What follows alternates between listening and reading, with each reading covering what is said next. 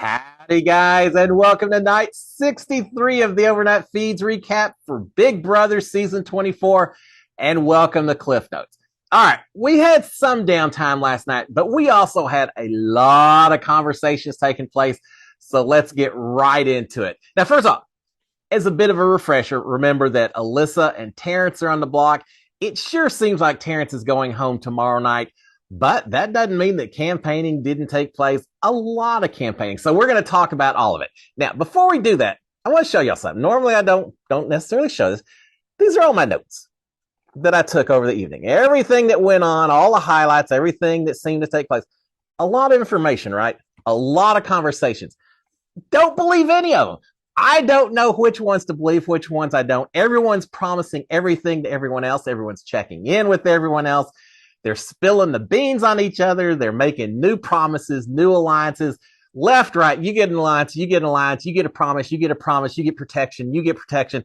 It goes all the way around, and it was incredibly crazy. It was incredibly confusing last night. I'll say this, as someone who spent time in the house and watching the feeds and all that, these house guests, how do you know who to believe, who not to believe? I think you just have to do this. You have to look at every single conversation and say, is this being proposed? Is this being said to protect me, to benefit me, or just as an objective to benefit the person that's telling me whatever they're saying? You also have to look at how long you've had a relationship with this person. If someone has never talked game to you before and suddenly they're up wanting to talk game with you, it may not be because there's such a tight connection between you. They may just be a little nervous about what's going on. It was crazy. There's so much. So I've gone in, I've taken all the conversations that took place. I won't cover all of them, and I'll summarize some of them because otherwise we'd be here for the next 3 hours, and we're not going to do that. But let's get into the conversations because there was a lot being said last night. A lot being said without anything being said. We'll find out tomorrow night at the eviction ceremony. Someone's going to win HOH. Someone's going to win veto. And a couple of people are going to have to start declaring some loyalties and a few more once it comes down to votes. Then we'll have a better understanding. But right now, everyone's saying whatever they think helps their game. Just move a few days further down the road. All right. So with all that being said, let's talk about some of the conversations that did take place. We'll start off with Terence campaigning to Taylor in the car bedroom. Terence is saying that he doesn't want her to be his enemy, that he would prefer to work with her. That hadn't always been the case in the house, right? There's been friction between the two, and they're both acknowledging that such is the case. But Terence is saying, yeah, no more. Let's call it good. Why are we fighting against each other? Now that I'm on the block, I'd love to work with you, Taylor. So he's saying that he'd like to work with her if all possible. He's telling her that everyone he's talking to says that he has their vote. And Taylor's saying, who's telling you that, Terence? And he comes back and he says, well, Monty and Brittany both said that they've got my vote if necessary. I think he says that Brittany said that she would love to keep them, but that she feels like she's outnumbered. But if that changed, the typical thing, well, I'm just waiting to see what the house does, and then I'll cast my vote accordingly. But he's telling Taylor that he's got Brittany and Monty's vote. And she's saying, well, I'm hearing differently. And he's saying, well, they may be playing you. They may be playing me. Not really sure. But they told me they had the votes. They had their votes, which means all I need is your vote, Taylor, to go forward. All right. Now, here's one of the interesting conversations that took place. Terence is talking about the cause. He's saying that Monty and Taylor had previously talked about wanting a person of color to win this year. And he's saying, with that in mind, let's make it happen. He's saying, what if I'm up on the block against Alyssa and y'all are talking about the cause and all that, and now I go home and Alyssa stays, he's saying that shows me that maybe the two of y'all don't really care as much about the cause as you've led on or as you've potentially suggested. Does Terence care about it, or is Terence just finding any reason possible to keep him in the house? I'm thinking it's probably a little bit more the latter. Terence is certainly trying to figure out any way possible to stick around, but he does bring up this idea about people of color wanting to help each other, and in fact, he says at one point something along the lines of, "Hey, they brought the issue up. I don't mind playing along with it since it's already been brought up. And we'll talk about that more in just a second. Taylor is talking a little bit about asking him, saying, look, Terence, if you did stay, if you won HOH, who would you put up on the block? And Turner says, Terence says that Turner's his pick. Then later he says that Michael as well, but he's telling Taylor, saying, look, I would only go after Michael if I knew I had the support of all of y'all, because otherwise then it doesn't work. Now I'm his big target. But as long as I've got the support from the rest of y'all, yeah, I'll go for Michael, and Turner's a backup if necessary. He is saying that if this worked out, if he could get Taylor on board, everyone should be on board to get out Michael. He's saying, look, yeah, Michael's good, but it could be 5 versus 1 in a veto competition. And as long as Michael doesn't win, he's going home. And he says, and then we get the other 2 pieces of the puzzle out as well. And it leaves himself and Taylor and Monty. Taylor comes back to some of that conversation, says, look, I've been struggling with this. She says, I'm literally trying to decide between the white girl that cries all of the time or the black guy that tried to get me evicted while sitting next to a guy who had said some racist things. And so she says, that's a real struggle for me trying to put myself in a position to vote either you or Alyssa out at this point in time, Terence. And Terence is saying, well, he kind of deflects a little bit. He says, look, Alyssa's done plenty of stuff. Remember the first few weeks, he said, Alyssa's done plenty of things to show that she's not an ally of yours whatsoever, Taylor. So don't think that that she deserves the protection over me because Alyssa's done plenty of things. Terence is really acting a little upset with Alyssa, and a lot of it gets back to Dyer Fest. They talk about that a little bit as well. And this was a long conversation. They talked forever. At one point later, Taylor told, I think, as Alyssa says, I got trapped in there. I didn't have any way to get out. It was kind of long. Terence is saying that the next day HOH competition could be 3, being Terence and Taylor and Monty, versus 2, Brittany and Taylor. He says, we've got the odds. We should be able to win this HOH competition. We win one more, then we control everything. Now it's just the 3 of us. We fight it out to the very end. And at one point, Terence, getting back to the whole issue he talked about a little bit earlier, Terence says, look, last year, the cookout did it with 6 people. This year, we can do it with 3. So this is Terence's strategy at this point in time. And again, talking about the votes he's got, he's saying Brittany says that she wants him here, but she's just outnumbered. And Taylor's wondering where Alyssa comes into play. She says, Alyssa's been trying to work with me. Is she just lying to me? And Terence saying, well, I'm not lying to you. Don't know about her, but I'm not lying to you. But we need to get Alyssa out of this house, because he's saying she's got the social game on lock, that she can win other competitions, that she's going to get preference if it comes down to final 2 voting, etc. So lots of reasons why he thinks Alyssa needs to go. And to carry on that conversation, Terence is talking about how angry he is that Joseph left the house during his HOH reign instead of Alyssa. And he's saying, I got played a little bit. He said Joseph was gunning for Alyssa, but Kyle was gunning for Joseph. They played me, and Joseph went out, and it shouldn't have been him. It should have been Alyssa, and I'm still angry about it. I want to right that wrong and do everything I can. He's rehashing his version of everything that happened during that Dyer Fest week. And then at that point, Taylor comes back. She's kind of telling him a little bit about some of the arguing, the conversations that took place within the leftovers that week or the week before, about whether or not Kyle should use his veto to save Alyssa. He didn't. And so they're both sharing a little information without really sharing a lot of information. But they do that. And then Terence is also telling Taylor, said, look, Monty knows a lot more than you may think, Taylor. And he's kind of trying to drive a wedge between the 2 of those, I think, because he's saying, look, Monty was pulled into the after party alliance as soon as we got back into the house. And she's saying, did he know about it? And Terence saying, well, he didn't know the name, but he knew the alliance. He was part of it. And so you weren't, he was. Yeah.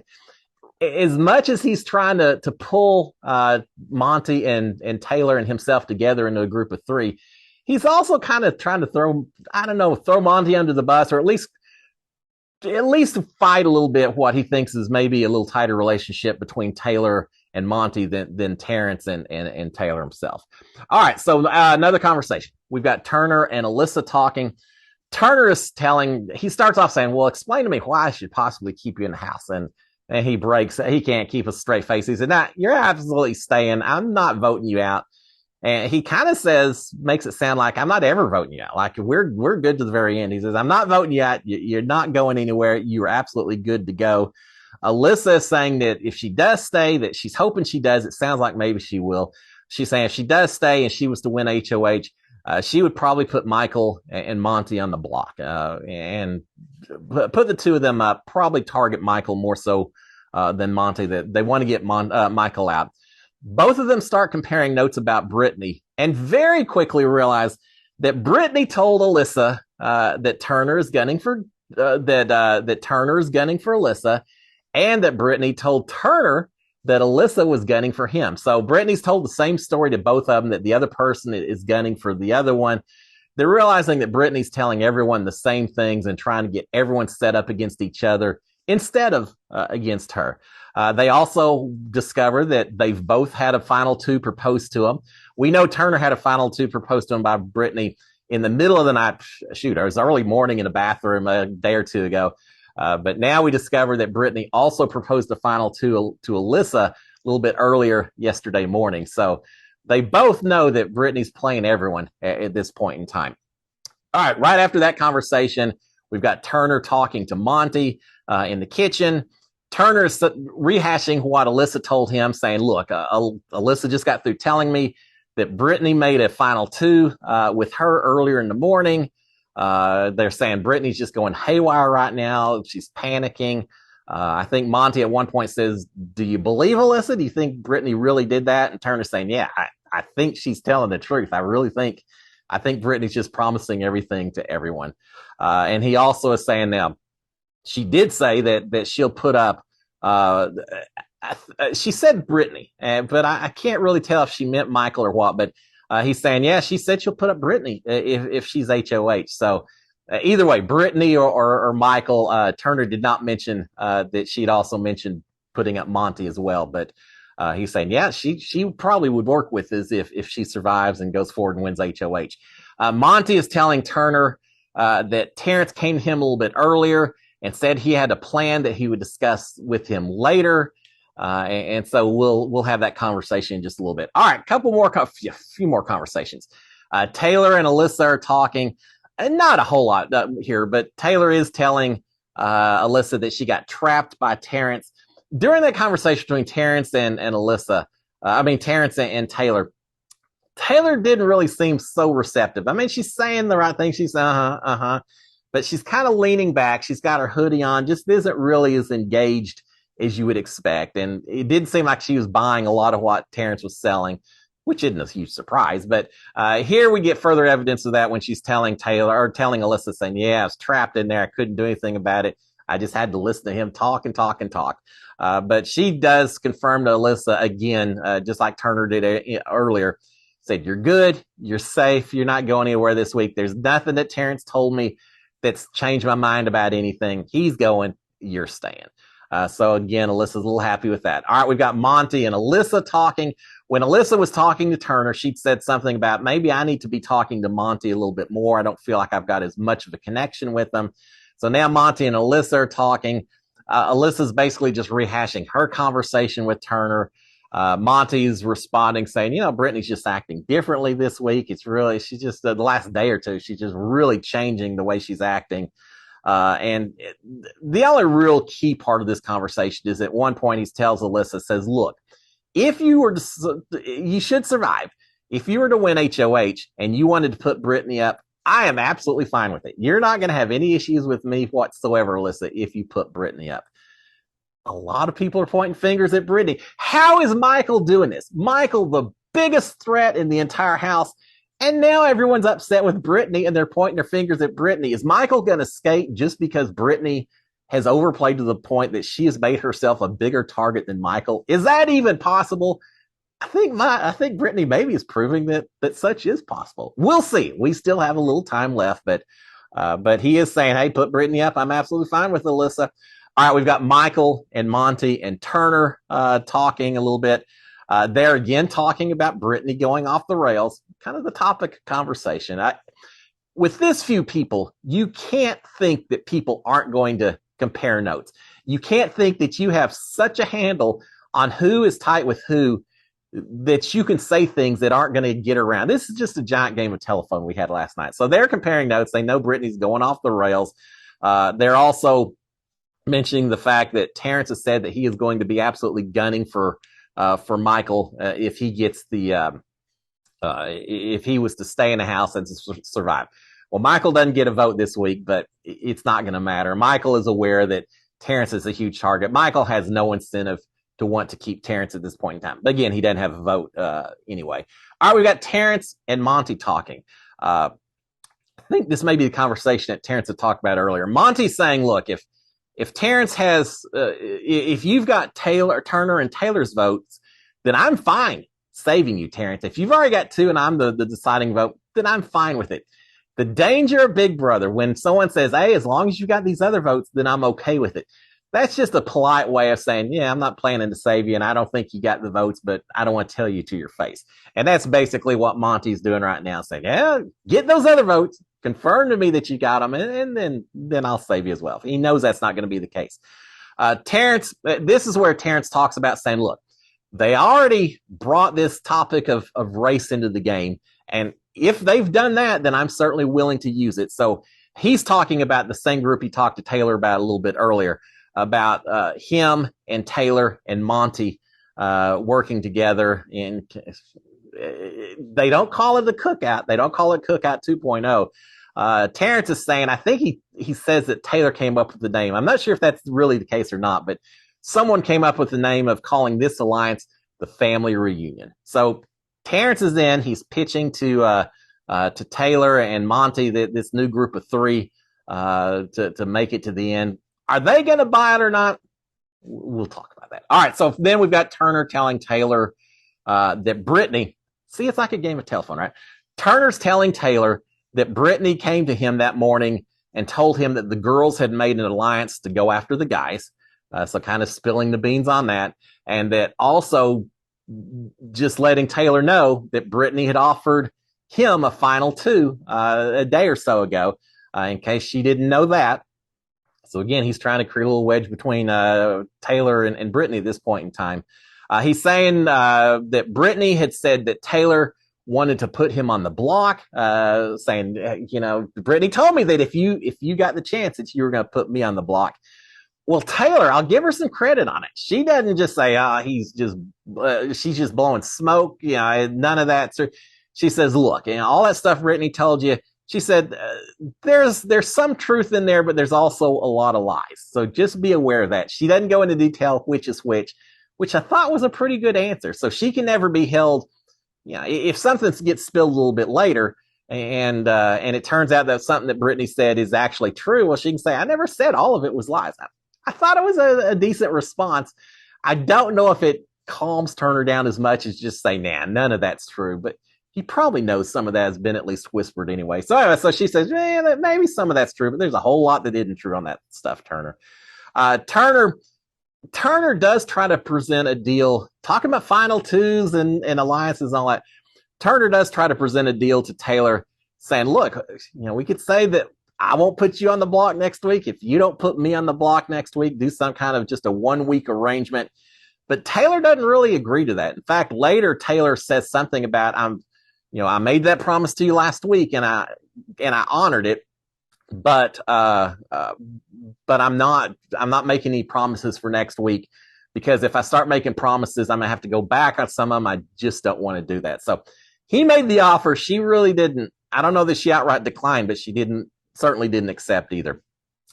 All right, we do have Taylor responding back to some of these comments, saying that Brittany keeps telling her that Monty and Turner are way too close, working too closely with each other. And she's telling Turner that if Brittany is his target next week, do his thing. She didn't have an issue with it either. A lot of people are saying, Brittany, go for it. I'm not going to have any issues at all. Now, is that truly the case? Would Taylor actually be okay if he went after Brittany? Maybe. I mean, Taylor, Brittany, kind of allies, but I think Taylor's questioning a lot of it. She mentions at one time or two that Brittany's been a little bit more chill with her, maybe a little bit more distant. So I do think there's a little bit of concern with Taylor that she's maybe invested too much into just a single person with Brittany. So she's telling Turner, saying, if you want to go after her, right? You got my blessings. All right, Brittany and Michael in the HOH for just a second. Brittany's saying that she's in trouble if Taylor switches allegiances to Monty, saying that she thinks that someone maybe said something to Taylor that spooked her about Brittany because she just doesn't feel like Taylor's wanting to talk to her the same way she was before. Well, Taylor's kind of feeling the same way. Michael is trying to be the voice of reason. He's telling Brittany, saying, look, first of all, don't come across as desperate in all these conversations that you're having. And Brittany's coming back and wondering if maybe she overplayed a little bit this week. Yeah, I think you probably did, Brittany. Later, Brittany by herself, kind of having a little bit of a meltdown, just a little self-psych session kind of to the cameras, talking to the camera, saying that she feels like she maybe overplayed it this week, that she needs to cool it. She's really worried that if Monty has managed to pull Taylor away from her, that Alyssa will probably follow also. And then suddenly it's Michael and Brittany all alone as a duo. If they're both on the block, Michael wins veto, well, then Brittany's the easy target. You figured that part out, I think, Brittany. Now, I don't know if Taylor's gotten pulled away by Monty. It's possible, but even with that, there's certainly a lot of people that suddenly are targeting Brittany. All right, we've got Terence and Michael talking. Terence, Lord help him. Terence is saying, look, I want to have a good pitch for you, Michael. I'm not really sure what to say. He's saying, basically, I'll just tell you this. Going forward, I will be a better ally for you. I'll do what you want me to do to help your game if it means I get to stick around a little bit longer. So a Hail Mary plea of desperation is basically what it comes down to. I'll do whatever you want, Michael. Just keep me, please, a little bit longer. I did think it's funny. At one point, Terence is actually explaining to Michael how the final three competitions work in the game of Big Brother. I think Michael probably knows how those final three works. Heck, he could probably tell you every single person who's in the final three, how they did, what competitions it was, and everything else. But Terence is helping Michael a little bit along with the in-game planning. All right, Taco Tuesday took place. They all had tacos. They took a lot of the leftovers from their leftovers. Get it? They took a lot of their leftovers from their Labor Day picnic, combined them with some chips and called it nachos and Taco Tuesday and had that. Our Taco Tuesdays were both better and also a lot more exciting during my season than they had. They ate tacos. They didn't say a word. As much gameplay had been talked about earlier, everyone, I think, just took a break to eat, to relax a little bit and not say a word because they were very quiet during their particular Taco Tuesday. After that, a big game of Chinese checkers with 5 or 6 of them. I can't remember at this point who was playing. All the guys and Alyssa, I think. All right. We've got Brittany and Taylor. Right back to the gameplay. We've got Brittany and Taylor talking. Brittany's pointing out to Taylor, said, look, we've got 3 different plans. Which one are you serious about, Taylor? Where are we going with this thing? So many plans going on out there. Yeah, I'm feeling the same way, except not 3 plans. I have 30 plans. A lot of plans being floated about, and I don't know which one is serious or not either. Don't really get an answer back from Taylor, but they're even confused about how this stuff is going. All right, we finally have the group with some non-game talk. Now, normally I don't like the non-game talk. I want to hear the strategy. It's time to take a breath, to let them just have a little chill out moment before they got more into it. They're talking about buying homes, running businesses, trying out for Big Brother. Terence mentions he'd love to see his son play Big Brother. Get your son on Big Brother. I'll get my son or daughter. Family relationship Big Brother season. That could be kind of fun, right? All right, so they're talking about that. Eventually, we've got it's Taylor and Alyssa and Brittany, and then later Turner shows up. Later, Michael shows up. So obviously, no game talk at that point in time. Finally, well, almost finally, we've got Taylor and Monty in the bathroom. Taylor is mentioning, she's saying, look, Terence wants this all black alliance. He pitched it to me. Did he pitch it to you? And she's also saying Terence says that he has Brittany's vote and your vote, Monty, and that if that's the case, that she'll be the decider. She's also saying that Terence also told her that that you, Monty, are still mad at me from week number 1 and everything that went down that first week or two. Monty's saying, yeah, that's a lie. And I'm not sure if he's talking just about being angry about her, or the supposedly having Monty's vote to protect Terence, save Terence this week. But he's saying, yeah, that's a lie. Monty at one point then finally says, look, I'm fine with Terence going home this week. After some of the stuff that he's saying, I just don't like it. I'm absolutely fine sending him home. And so they're also realizing that Terence is doing the old classic. He's telling everyone that he's got 2 other people that are supporting him, and they're just a swing vote. He's already got the other 2, and every person he talks to, it may be 2 other people that he's got the votes. But he's telling everyone that they're the swing vote. If he just gets them, everyone's good to go. It doesn't usually work. It's not going to work this time. Eventually, they're saying, let's put them down. I think the word they use is it's time to put Daisy down. And Taylor says, yeah, let's put Daisy down. So this alliance that Terence was pitching to the 2 of them, it's a no-go. They don't want to have anything to do with it. They're good with what they've got. So again, I came in thinking Terence was going home. After dozens and dozens of conversations last night, I still think Terence is going home. And then finally, we've got a little bit of the fun of the evening. We've got Taylor and Michael and Turner and Brittany all putting on face masks. Everyone during my season got a face mask in their HOH basket, except for me. Why did the producers think that I wouldn't care about a face mask? It's still kind of bugging my craw thinking about that, but whatever. But they're all putting on face masks. Makes me think that this is some kind of metaphor for Big Brother and last night. Everyone wearing masks. You don't really know who it is underneath it or something. Some kind of philosophical kind of deal. But they do put on masks and have fun. Don't they look like they're just having a blast right there? Yeah, it looks wonderful.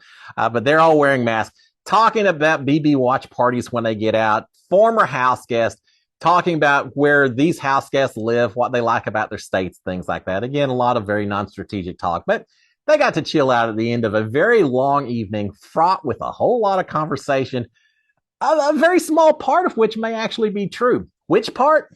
Who knows? We're going to find out tomorrow.